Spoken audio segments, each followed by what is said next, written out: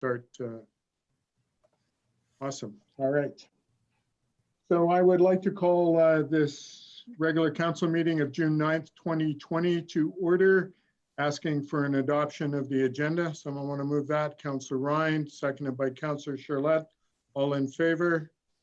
Motion's carried. Thank you. Adoption of the minutes from the regular council meeting of May 26th. Councillor Ryan, Councillor Charlotte, all in favor? Motion's carried. Thank you. Moving on, any business arising from those council meeting minutes of May 26th? Seeing none, I'm going to move on to announcements from the mayor. I have just a little thing that I've typed out that I'd actually like to read today for the community. As we slowly open with the COVID pandemic still prevalent in the world, I'd like the community to know that the city of Revelstoke is working with regional communities and our 13 RMI partner communities to keep our community moving forward. Yesterday, Tourism Minister Lisa Bear asked us if we were ready to receive visitors from the rest of the province. We confirmed that we are. However, if you're an employee still at home, please reach out to your employer. They may now be in a position to take you back. If you're an employer needing assistance with your WorkSafe plan, please reach out to the chamber. We now have a task force that may be able to assist. I understand that the provincial government will work through Destination BC, providing messaging to the rest of the province that the province is now open for travel. We expect others to come and continue to follow the directions of our provincial health officer as we here in Revelstoke continue to do, so as to continue to safeguard all in our community. Again, I ask you to be kind to all who come, no matter where they come from or why they are here. Thank you. We're going to move on to number 9, bylaws A, well use regulation. Somebody want to put that on the table, please? Councillor Ryan. That well use regulation bylaw number 2260 be adopted. Seconder for the motion, Councillor Charlotte. Any discussion on the motion? This is basically dealing with bylaws or wells, especially out in the Big Eddy. We own most of the wells, but some of them are being decommissioned, and so that they don't contaminate our water supply. Any further comments on this? All those in favor? Motion's carried. Thank you. Moving on to item 9B. We'll put the motion on, and then we're going to have a presentation from our development services. Councillor Ryan. The zoning amendment bylaw number 2264 be read a first and second time. Okay, and I'll just get you to, well, let's just do these two for now. Do you want me to do both? Yeah, do the other one as well, please. Sure. That a public hearing for bylaw 2264 be waived in accordance with section 4642 of the Local Government Act, and that notice be issued to waive the public hearing as per section 467 of the Local Government Act. Okay, Gary? so, yes. Sorry, Your Worship, could we just do those separately when we do vote on them? It's Yes, good to we have will. them. Yeah, Yeah, okay, yeah. thank I you. just wanted to read them before we do the presentation, then we'll go back and vote on each one individually. Perfect, thank you. Okay, development services, you have a presentation. Yes, Your Worship, we do. Thank you. Just give me a second here to get it up.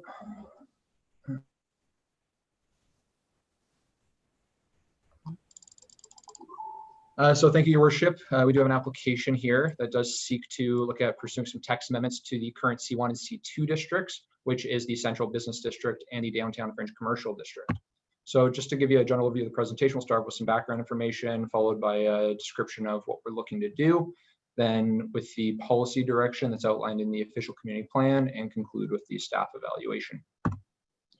So to give some background, staff are in the process of preparing amendments to these two very important districts, being the C1 and C2 district, as part of a more comprehensive review of these commercial areas. They were ultimately triggered by multiple applications that had come in that had revealed some of the challenges that we are currently seeing with development in this district. The main intent of the review is to allow for more varied uses within these two commercial districts, look at policies that are going to promote the best use of land, as well as modernize the density bonusing provisions that are available within the C1, C2 district specifically. Now, given the complexity of the more comprehensive review that's associated with these two districts, staff have chosen to stagger the proposed amendments. So what you're seeing today is kind of the initial amendments that we're looking to bring forth to the C1 and C2 district. So the current amendments, they're seeking to replace the current definition of animal hospital with animal clinic major and animal clinic minor. We're looking to also replace the animal hospital use in the M1 and C7 district, because those are the other two zones that it's currently available to reflect these revised definitions. We're looking to add animal clinic minor to the C1 and C2 zones. And then within the C1 and C2 district, we are also looking at eliminating the rear yard setback requirement. So just to put it up on the board here for you, I won't read them out. You guys would have seen it in the council report, but here are the two definitions that we have proposed to further delineate the scale of activities that we would see with animal clinics.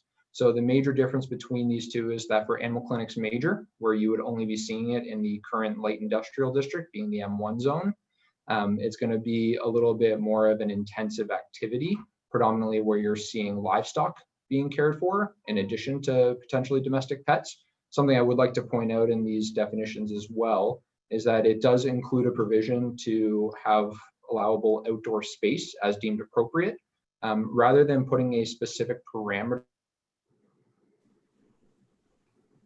around the actual area that would be applicable for an animal clinic major and an animal clinic minor. Staff have chosen to not include that in the definition because it's never generally good practice to include regulations and definitions, and to allow some flexibility. So if someone was to come in, it's really based on the scale of the operation. So for an animal clinic major, you would be seeing a larger space associated with that rather than an animal clinic minor.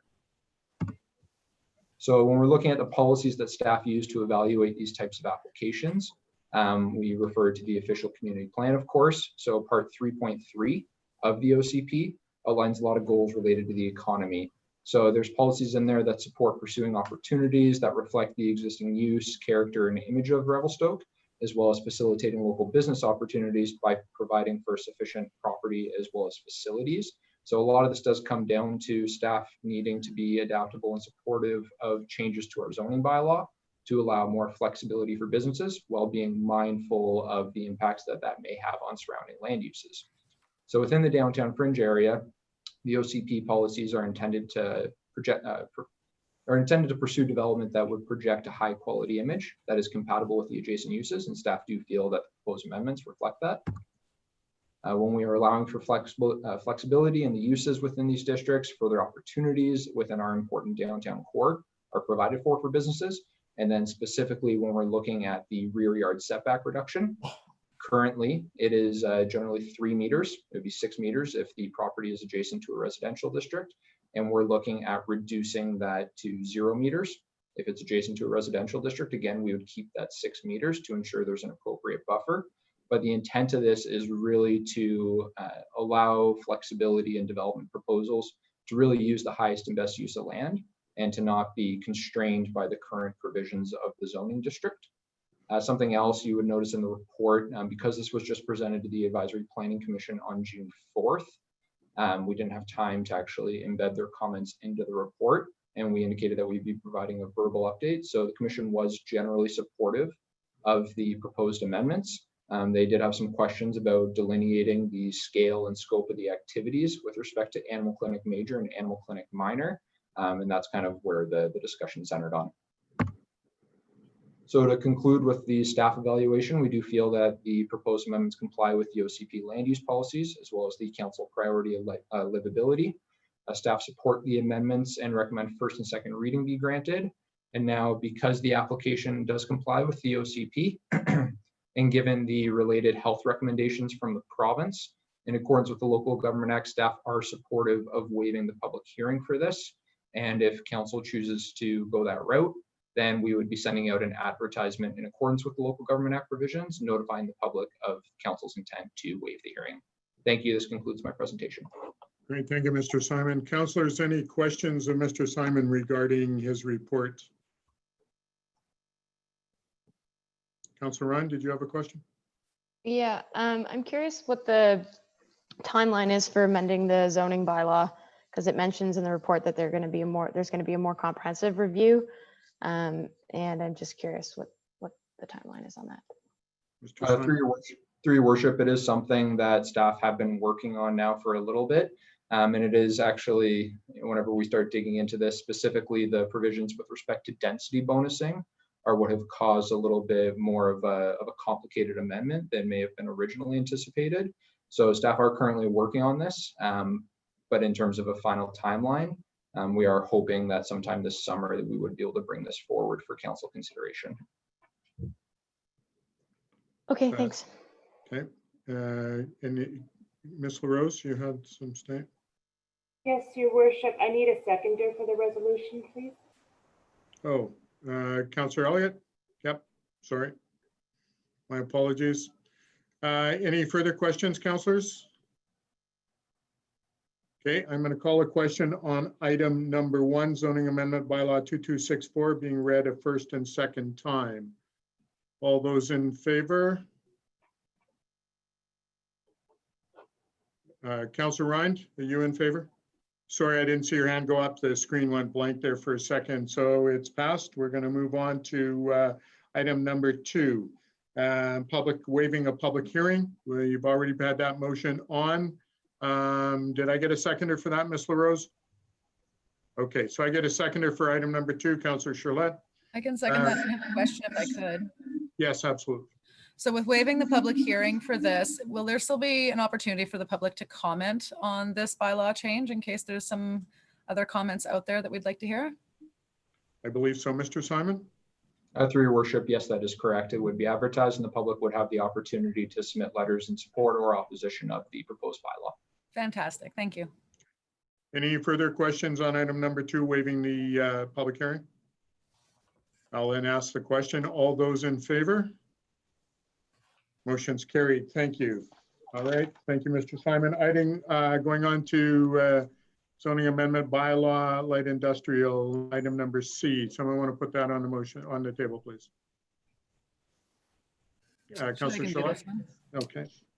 That a public hearing for bylaw 2261 be waived in accordance with section 4642 of the Local Government Act, and that notice be issued to waive the public hearing as per section 467 of the Local Government Act.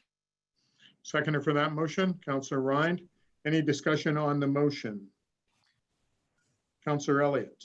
Gary, I guess I'm related to one of the proponents that initially was involved in this thing, so I don't know whether but it's no longer an active pursuit for anyone involved that I know. Should I step out or what should I do on this case? You're not related to the situation because it's not going through as far as what was discussed previous. Is that correct? Yes. So I don't believe that there's a conflict. Am I correct in that, Ms. Lowe? Through your worship, yeah, I've talked to Councillor Elliott about that and feel that he's within his rights to stay in the meeting. You're okay to stay. Thank you for that. Yeah.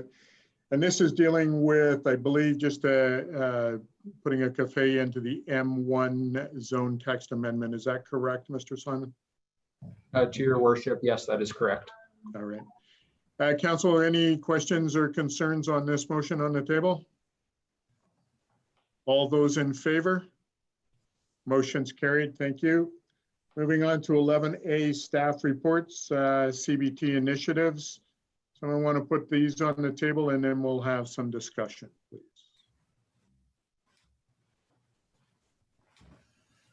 Okay, Councillor Rind.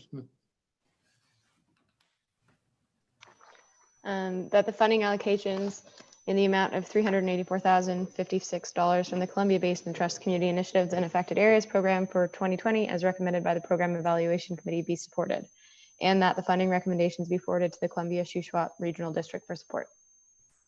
You want these voted on separate before I ask for a seconder? No? Okay. So do I have a seconder for this? Councillor Elliott. Discussion on the motion. This is funding allocations regarding CBT Community Initiatives. People who've applied and they're getting some funding. So do we want to go through that or you're comfortable with how it's been presented by our staff? Maybe a question, Gary. The petitioning for the funds is done a little differently this year with this COVID issue that we're facing. how did that go? Or the city was a participant in that evaluation, is that correct? Yes, that's correct. Ms. Lowe, do you want to weigh in on how the procedure was done? Sure, Your Worship. I'd like to actually thank Cindy Floyd for our executive. She did the whole program this year and worked very closely with CBT. And normally we do have a public input session at the rec center, and we attract about 300 people, 250 to judge, give their opinion on where the money could go in their points of view.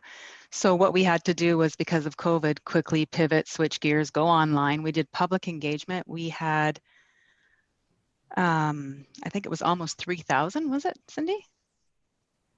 People participate in the program, and so a lot more attention, a lot more eyes on. The evaluating committee was very thrilled with the way everything was laid out. We did view some of the allocation of funding through a COVID lens, just because we had to at this point. And the report outlines a little bit of how that looked. But yeah, it was very successful. CBT is very happy with it. They've already sent a letter to me just this week saying that they're going to continue the program, and there'll be even more funding for next year. So that's good news. So thank you very much, Cindy, for all your hard work, because it turned out really well. Okay. Does that answer your question, Councillor Elliott? Yes, yeah. Well, just maybe if I could add one, did Sure. they increase the funding due to the COVID issue, or was there any significant impact from this, or was it in place as it already? For next year? Well, the funds that they had to disperse, was it influenced by the COVID? It will be for next year, yes. But what they did do was encourage the community and the city to get on getting this funding out to the public, because a lot of these smaller little organizations really depend on the funding. So that's why it was really important that we went online and created that platform and worked really quickly with the CB2. So we're thrilled that that's done. And now with council support, this will go to the CSRD for final approval. It's good news. Thank you. Yeah, thanks. Any further questions? I'm going to, we're going to vote on everything as one here. All those in favor? Motion's carried. Thank you, Ms. Floyd. Thank you for all your hard work on this and for getting this done. Much appreciated. Now move on to item 11B. There's a presentation. I'd like to put the motion on the table, and then we'll do the presentation. So if someone would like to read that, please. Councillor Elliott. That development permit 2020-08 be approved for form and character for construction of 2 commercial buildings located at 723 Highway 23 South, Lot B, Section 33, Township 23, Range 2, west of the 6th Meridian, Kootenai District Plan 11222. Great, thank you. Seconder for that motion? Councillor Charlotte. Mr. Simon, you have a presentation. Thank you, Your Worship. So again, this is a development permit for the construction of 2 commercial buildings. Start off with some background, get into the development proposal, followed by the policy direction, and conclude with the staff evaluation. So the subject lands are located at 723 Highway 23 South. The property is just over 4 acres in size. Falls within the Scenic Corridor Development Permit area. Is zoned light industrial district, so the M1 district. You can see that from the zoning map, the property is surrounded by industrial as well as service commercial properties to the south here. And then this is one of the mobile home parks along Highway 23 South. What we have before council today is a development permit for form and character for 2 commercial buildings. So the project includes about a 236 square meter building to serve as a wash station, 290 square meter building to serve as a storage building. They are both the prefabricated industrial buildings. They do have a beige fabric exterior, and it is intended to match the existing salt storage shed that is located on site. So when we look at this type of application, staff revert to the official community plan, specifically the development permit area policies that govern form and character. The materials and equipment are to be stored within a building, and staff do feel, even though it is within the scenic corridor area, these are industrial style buildings, staff do feel that this would help increase the aesthetic appeal from the roadway, given that it promotes a higher aesthetic rather than having material stored outside. When we look at surrounding land uses, they are zoned commercial and industrial, so staff don't see any impact to the adjacent properties. When we look at site design provisions, there is extensive mature landscaping around the front of the property that's facing directly onto the highway. So staff don't see any concerns there. And you can see a view of that from the roadway here in the street view. With respect to parking and screening, there's no changes as a result of this application. There is an extensive parking area located at the front of the property. And then same thing with garbage recycling and signage. There are no changes as a result of this application. So to conclude with the staff evaluation, again, similar to the previous report that we just presented, this application was presented to the Advisory Planning Commission on June 4th, 2020. So there wasn't time to get their comments into the report, but in terms of a verbal update, the commission was generally supportive of the form and character of the proposed development. Staff do have determined that the application complies with the OCP development permit area policies and recommend issuance of the development permit so that the applicant can submit a subsequent building permit. Thank you. This concludes my presentation. Thank you, Mr. Simon. Councilors, any questions on this? This is on the MCON property south of town. Definitely, I feel it's a bonus to have this sort of building on their property. It's going to cover up some of their equipment, but also is not really seen from the roadway. If you're standing in front of the property, you'll be able to see it a little bit, but it's just going to add to it, not take away. So I'm very supportive of this moving forward. Councilors, any further comments from you? Seeing none, I'm going to ask the question. All those in favor? Opposed? Motion's carried. Thank you. We're going to go on to item 11C, the B City application. Does someone want to read that, please? You can put that one Sorry. forward. Okay, go ahead. That the B City application be submitted and that the city commits to the standards of B City Canada program. Okay, seconder for the motion? Councillor Rind. Any discussion on the motion? I can speak to this a little bit there, All right. Your Worship, if you'd like. So Melissa Hemphill brought this forward to the Environmental Advisory Committee ages ago. I can't remember exactly when, it probably says in the report. And it sounds like we're already doing the majority of the work and that it's just a matter of putting it on paper. There'll be a couple of bits of reporting and possibility of a celebration of bees and pollinators of some kind. But I think it'll be great, especially as we start rebuilding our community and looking at how do we move forward. The bees need to be part of that picture. So I think this is a great idea. Awesome. Any other comments, councillors? Mr. Black, you have anything further to weigh in on this? Your Worship, I do not have anything more to add. It's a Awesome. good program for us, and it should be exciting to see lots of bees around. Yep, a win for the bees and a win for those of us who have gardens. All those in favor? Motion's carried. Thank you. We're going to move on to item 11D, the recycling changes. Someone want to put that motion forward, please? Councillor Elliott? You're muted, Councillor Elliott. Thank you. That the report titled Recycle BC Changes to Recycling Pickup, dated June 9th, 2020, written by Steve Black, Director of Engineering and Public Works, to be received for information. There's a seconder for the motion. Councillor Charlotte. Discussion on the motion. Mr. Black, do you have anything you would like to add to this? I do not, Your Worship. Okay, I think this is a positive change. This is what the community's been looking for, using the blue boxes versus the blue bags. And just because I bought lots of blue bags last week, we're going to the blue boxes. So that's par for the course. And I think it's going to be a positive as we move forward. And we're kind of getting in line with what the rest of the province has been doing with recycling. So it's an exciting time. Councillors, any further comments? Councillor Elliott? So Recycle BC, would they sub out the collection, or how does that work? Yeah, they will. They're going to have, well, whoever's doing the collection now will be continuing to do the collection, I think, overall.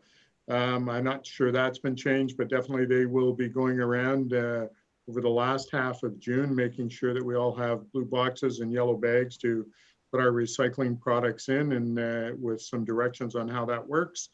And starting July 1st, there'll be, I think we're still going to do the same recycling program as far as dates go, but we'll wait till we get those instructions.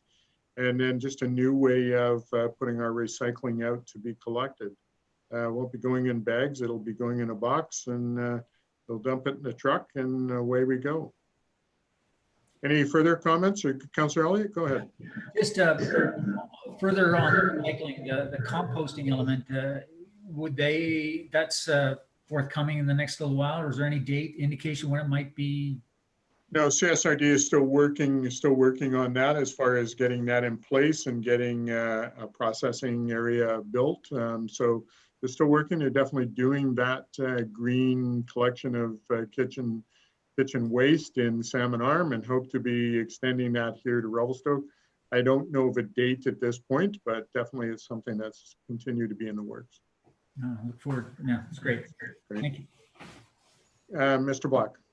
So Your Worship, the composting program will be brought forward for Council's consideration in the next few weeks. So let's see what comes from that, and we'll give you an update at that point in time. Great, thank you. Appreciate that. Yeah, magic. Awesome. So I'm going to ask a question on the recycling changes, receiving it for information. All those in favor? Motion's carried. Thank you. Moving on to the financial update. So we're going to read the motion, and then I believe Ms. McCabe will say a few words. Councillor Rind. That the report from the Director of Finance titled Financial Update dated June 9th, 2020 be received for information. Seconder for the motion. Councillor Charlotte. Ms. McCabe, do you have something that you would like to impart on us?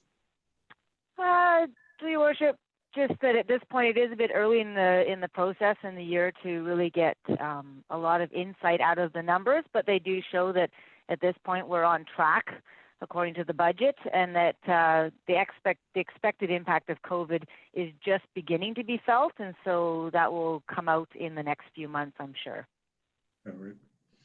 Councillors, any questions for Ms. McCabe? Councillor Elliott? Just on the Economic Recovery Task Force that's been established, would there be any liaison with Tanya, Ms. McCabe on that matter, or how the city might recover from it, or if we're impacted by it? Ms. McCabe, any comment on that? I know we've got some information on the Recovery Task Force here shortly, but I think that the task force will be bringing things forward as to recommendations for the community as how we move forward versus based on economics. So they'll come up with some suggestions, and we'll move forward that way. Am I correct with that, Ms. McCabe? Yes, Your Worship. I know that doesn't give you a definitive answer, Councillor Elliott, but that's kind of where we're at this point. Yeah.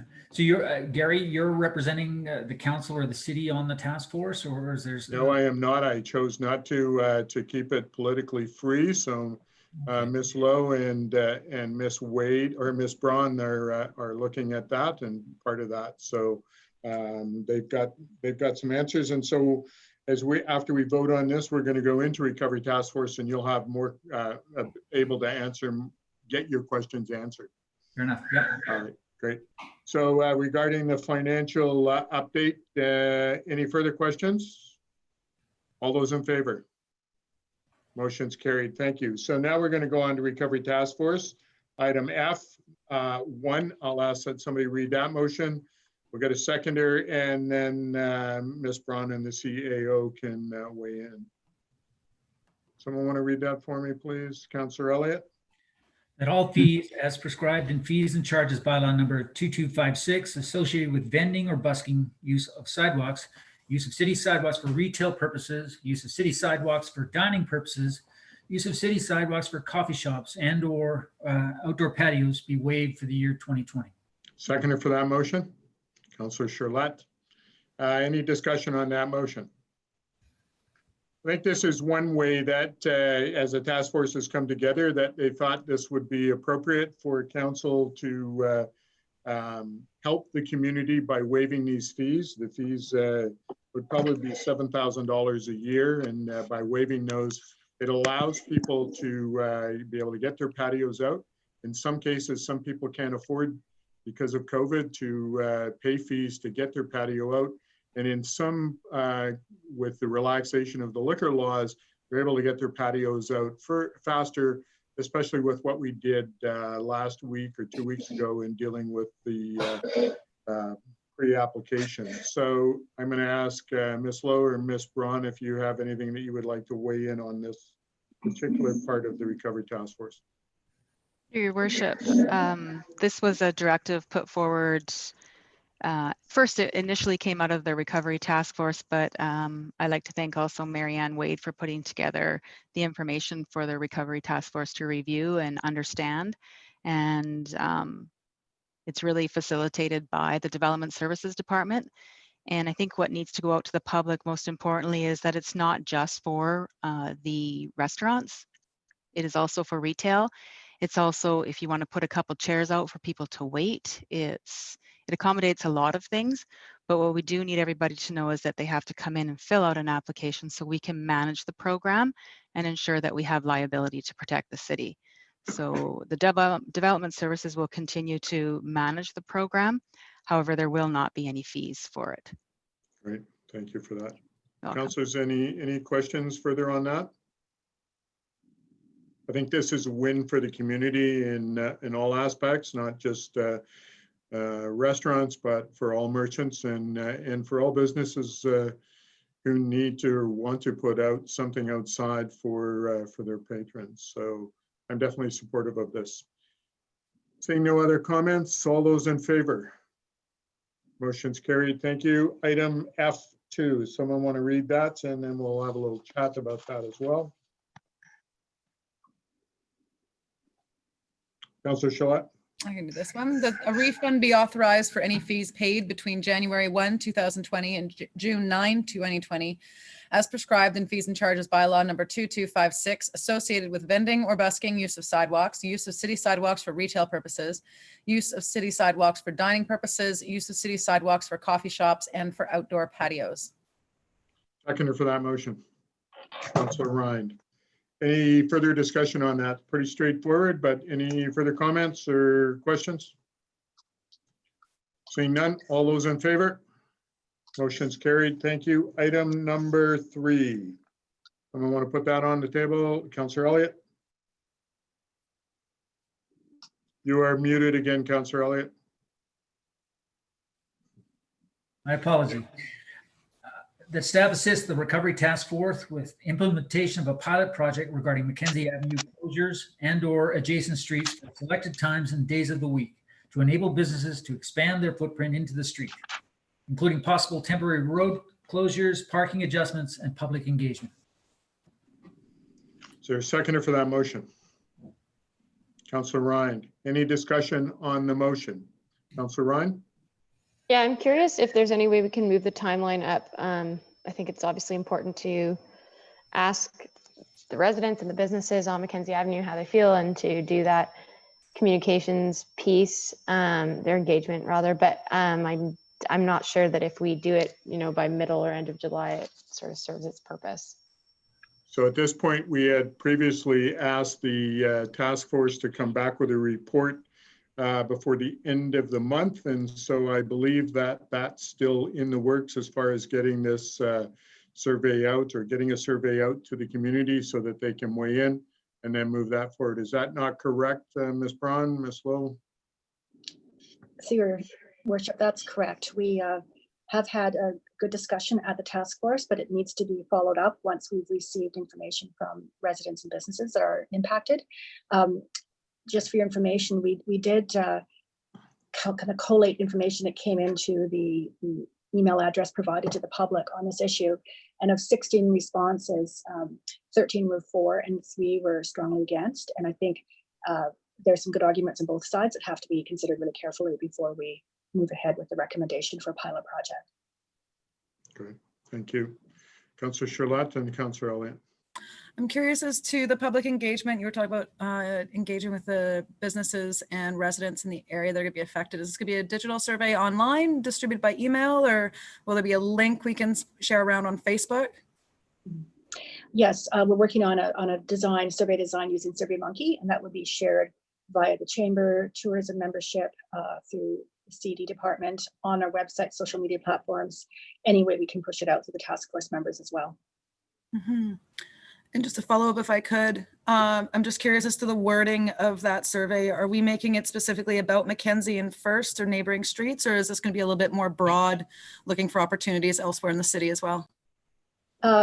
It focuses on the downtown core, on McKenzie, First, and adjacent streets, but there are opportunities in the survey as we've drafted it, and it's still a work in progress, to help people check off, if they're in support of this, which areas they'd like to see closed. It's also possible that we can identify other options, such as using parking spaces in front of businesses, operating, more fully on the sidewalks, looking at selected dates and times to implement this, so that we can take everyone's concerns into account. Okay, great. I'm also curious about if there's a question, I'm asking from my experience and asking questions like this and coming up with ideas. One of the symptoms that I've seen a lot is, we should do this. Would you do this? Well, no, but somebody will do this. And just to make sure that we're getting the buy-in, that if a business says they want to see this, are they able to occupy that space? Are they going to do something with it? And what does that look like? Rather than just a hypothetical, it would be cool if someone did this. Just to make sure that those closures would be fully utilized. I recognize it's a pilot project. We will see how things go. But I just know I'm a little bit sensitive to that. Definitely. And the survey, as it looks right now, does allow us to lead people through, if you're in support of this business, do you intend to utilize this ability to close the streets and extend into the street, or another adjacent space? And it basically seeks to inform people, because there's a number of issues people have to be aware of about businesses' responsibility for the setup and takedown and sanitization, for liability insurance, whether they need power on site, as well as the fees that have already been waived. So, street furniture and equipment, those kinds of things. So the intent of the survey is to also inform what would actually be required if you are going to do this, so that everybody's aware of what it'll take to carry this out. We've done a fair bit of research here at Economic Development and looking at other communities, and there is lots of examples of communities doing something similar, but the evidence is also very clear that it often can have a negative impact on local retailers and other businesses, and that without the programming for the space or the density of visitor traffic, it may not be the success people are hoping for. So we want to make sure that we gauge the interest of businesses that are downtown, businesses that are not downtown and maybe left out of this initiative, residents that are downtown and need access to their vehicles, residents that are not downtown and would find it a barrier, an impediment to going downtown if they thought the streets are closed. So there's a lot of different aspects to this, and it's quite tricky. So the task force will weigh in on the survey itself to make sure that we cover off all those aspects, and we'll get that out probably within the next week, following on the heels of a survey that's being conducted by Community Futures, again, with the agreement of business center partners about the needs of businesses. So this will help inform our discussion as well. Awesome. Amazing. Thank you. Councillor Layton. Yes, this can lead into a bit of the discussion on the transportation and the parking plan for our community. I just want to make sure one of the options being considered is one-way traffic, or changing some of the maybe possibly McKenzie to a one-way option as opposed to doing a permanent closure, and just something that might be added to the alternative to consider list. I think that's already been added, but thank you for bringing that up. But I believe the task force has already seen that sort of thing come forward, and it's something that they want to consider as well. Yep. Any further questions or concerns regarding this, Councillor Ron? Yeah, so is the timeline then that the survey is sort of done and goes out in about a week's time, and then by next council meeting we have some results? Or I guess that doesn't leave a very long window for people to provide their feedback. I'm just curious what the next steps look like.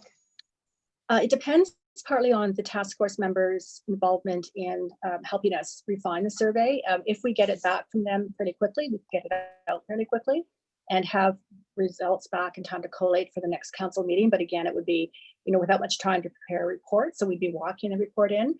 Given that we're working towards a timeline at the end of the month, that may be more reasonable to have a full report coming back to council. But I don't know, I defer to Dawn, to the CAO, to think about the timing. There's a few moving pieces to this, so it's a bit tricky to pin it down for sure. And do you think it's reasonable once we have that report to be able to initiate it right away and implement the new changes?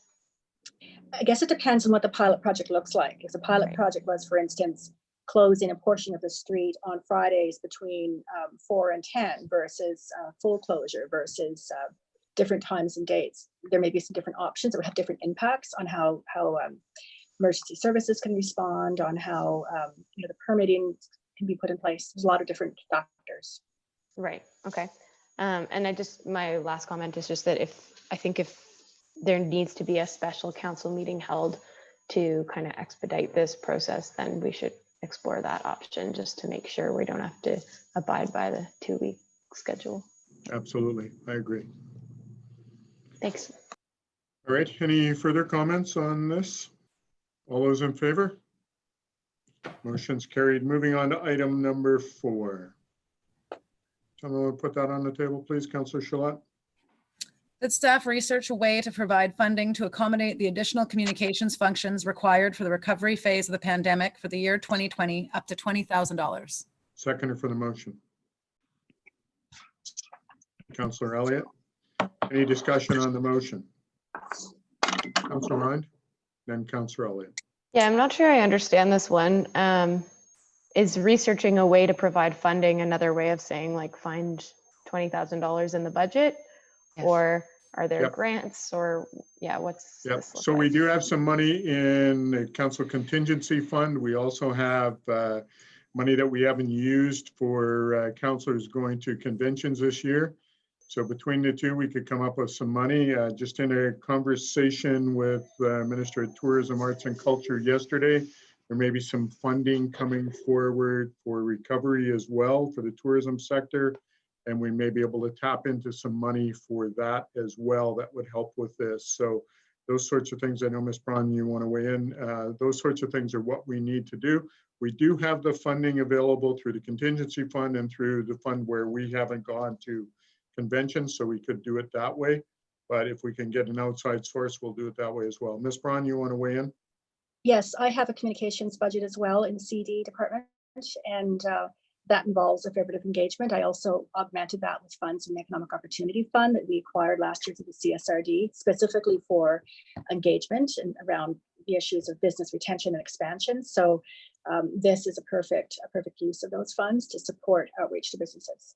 And we're going to be bringing an EOF funding request back to the CSRD in the next few weeks that is based on the one we submitted last year that was deferred to this year, and we'll be updating that to basically through the lens of the COVID epidemic and where we need to assign those funds. If you recall, that application included funds for things like data collection, food security, better engagement with residents in the CSRD, better work on looking at expansion. So all of those things are still very relevant, and I think we can realign those EOF funds to make sure that we get the information we need to act on any of those areas that fit the needs of the community. Great. Councillor Ryan.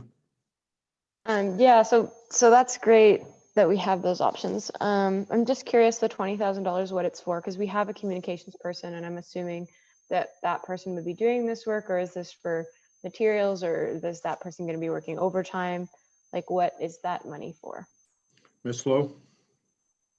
Yeah, through your worship. So the extra $20,000 that we're looking for would be over and above, because we just have a part-time communications person and she's maxed right out right now. So it would be for the extra work in the creation and distribution of the and gathering the data from the survey. So what the city's funding would be for would be to engage the whole community and to engage the community in what changes that we could make. What Ingrid's or Mrs. Braun's funding would be for the business. So we had to be careful that what we fund for communication is for the whole community.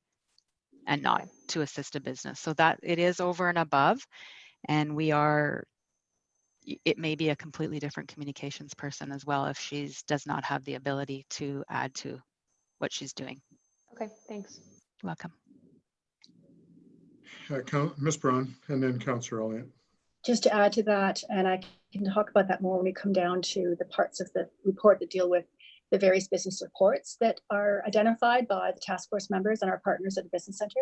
So communications funds within the EOF funding and the CED budget and the Community Futures budget, which has gotten a top up to their operating budget to support projects that will support business recovery. So this could include things like maintaining the open for business listings on the website, which have helped direct residents and visitors to businesses that are open and what their new service and operations look like. It could be used to support the Chamber's Shop Local campaign, the tourism staycation campaign, with something specifically that focuses on keeping money spent in town. So we're also looking at different ways we can produce some posters, for instance, with Revy rules, how we can ensure that businesses have all the most updated information from the health authority to implement best practices on site. So there's a lot of different ways we can use that communications funding, and I could speak more to that further down if there's questions. I just have one last question on that point. The Revelstoke Community Foundation has a recovery and response plan fund that they've set up, and I'm curious if some of the communication efforts can also be used to help with that. Through your worship, possibly. I was just actually attaching that information to the email communication going out to the task force members, and it seems like it's more focused on vulnerable community members than it is businesses, but I have to do a bit more research, to be honest. I've just received the information today. Yeah, but it we're is going for to, sure. Yeah. But some so of those the- businesses are organized, I guess they're not a business, but they're nonprofit organizations in the social sector. And Exactly. I mean, I feel Definitely. that So, you can include yeah. those. Good. Definitely. We'll Councillor definitely Elliott. pass information on. Councillor Elliott, you had a question? Yeah, just curious whether this has been vetted through the task force, or did it originate in that area? Or, I mean, there's 4 or 5 items here that were suggested from the economic task force. Is that is the communication? It's all within the task force. Yeah, so the communication is going to be answerable to the task force or to Ms. Braun, or how's that going to work? I think both. It's kind of one in the same. Okay. It's also very much a group effort. You know, the Business Center has been doing the work of the task force for over 2 months now. That includes Community Futures, the Chamber of Commerce, Tourism, Revelstoke, working together with me and CED. And we've all been basically pooling our resources, what's needed, how can we respond, whether it's weekly tourism roundtables or training, bringing in speakers to speak to businesses. We've been doing that work all along. And now by broadening the mandate a bit and bringing in that input from experts in different sectors, we can make sure that it's still relevant and it's going to support recovery going forward. But a lot of those communications are in fact part of the mandate of the agencies that are located here at the Business Center. But we don't all have capacity to do everything that's needed to be done. So when it comes to, you know, putting together a poster on Revy rules and hang in every restaurant, well, tourism can design it and Chamber can maybe help distribute it. And, you know, we're all putting our thoughts and minds on it and sharing it with the task force. So it's hard to say where the buck stops, I guess, with me, but it is definitely a collaborative effort. Yeah, for me, just go ahead, Councillor. yeah, just the fact that it's been proofed through the task force, or it's giving some real actions to follow up. I think that's the power. That's the power of the committee that I'm looking for in all our committees. So I think it's a great move. If they're recommending it and they've gone through it and they think it's the right solution, I'm willing to support it. Great, thank you. Councillors, any further comments on the motion on the table regarding the 20 grand? Councillor Charlotte. Yeah, and I think, Ms. Braun, you spoke to this, but just to clarify a little bit. So then the communications, however this ends up looking, it would be going out through your office, and therefore, which is a little bit different than going through city, or is it going to go through the city and come through? So then it would be going through corporate admin, or like, what would that look like for these communications to flow? To your worship, and Dawn perhaps can speak more to the city communications, but I think the idea was that funds that are used from various agencies, as well as our CED and EOF budget, we would vet that through the task force primarily because it's in response to needs of businesses. How do we inform businesses what their obligations are, what opportunities there are for technical expertise? How do they digitize their operations? That's all through CED. But when it comes to communications with the resident community members, that would be through the city. But again, with the blessing and input of the task force. Is that correct, Don? Yeah, you've captured it. Okay, yeah, you've captured it. That's exactly what we would be doing. And again, like I said, the communications for the city portion is definitely for the engagement of the community, informing the community, keeping the community in understanding in what the task force is doing with respect to the community. And EDC would be, or Economic Opportunity Fund would be more geared towards the business recovery. So there's two different components. We will be putting together a portal on the city website that will refer some things to the task force, and then they will also be highlighting Ingrid's page for economic development as well. So there'll be one portal. So we're working on creating that right now, and that's something that the communications person would be doing as well. And just one quick follow-up to that as well. Do we have an idea of what kind of turnaround times there's going to be for those messages? I think some of the concerns that have been raised by my fellow councillors over the last few weeks has been around, we need to get moving fast. And we were talking a little bit before the meeting where when we're writing these reports and putting things together, sometimes when you have to verify it through 2 or 3 people, all of a sudden it's no longer timely. So is there a plan in place to try and keep these timely updates? And if there's a central portal through the city, I'm hoping that'll help streamline that to a certain extent. Just wondering if there's anything that's been looked at to address those concerns. Yeah, Your Worship. Go ahead, please. Okay. Yes, so actually Ms. Braun and I were discussing that today.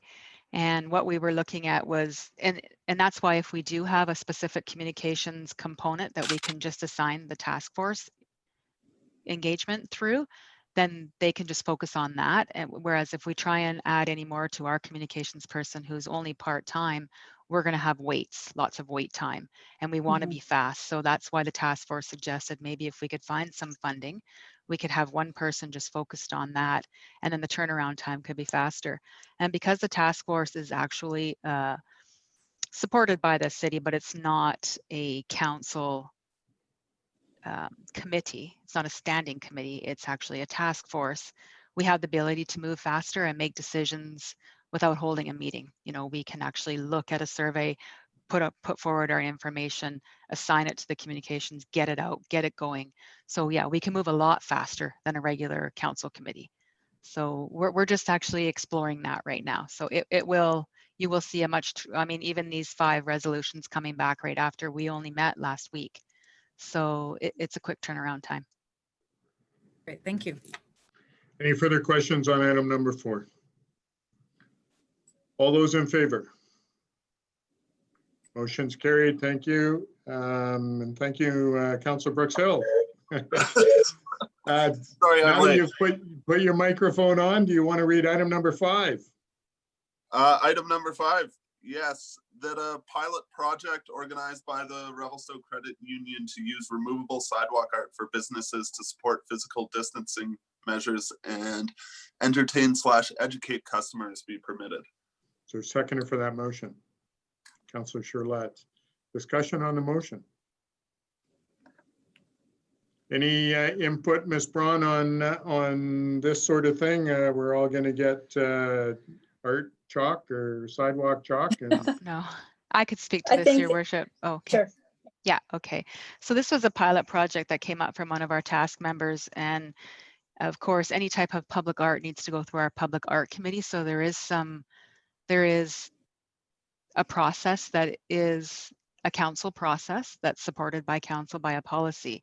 So what we're asking is that council allow a pilot project for the Revelstoke Credit Union to spearhead. So it would be no cost to the city, and it would be something that was removable so that it wouldn't be a permanent artwork that needs to be vetted through the art committee. And if it worked well, then the Revelstoke Credit Union was looking at maybe sponsoring other businesses, but it's all about project or a pilot. So it's just letting us kind of skip through all the process, try it out, see how it works, and move from there. Awesome. Great. Thank you. Any further questions on this pilot project on art? I'll ask a question. All those in favor? Motion's carried. Thank you. Moving on to item 12A, correspondence. Someone want to put that motion on the table, please? Councillor Elliott? You're muted, Councillor Elliott.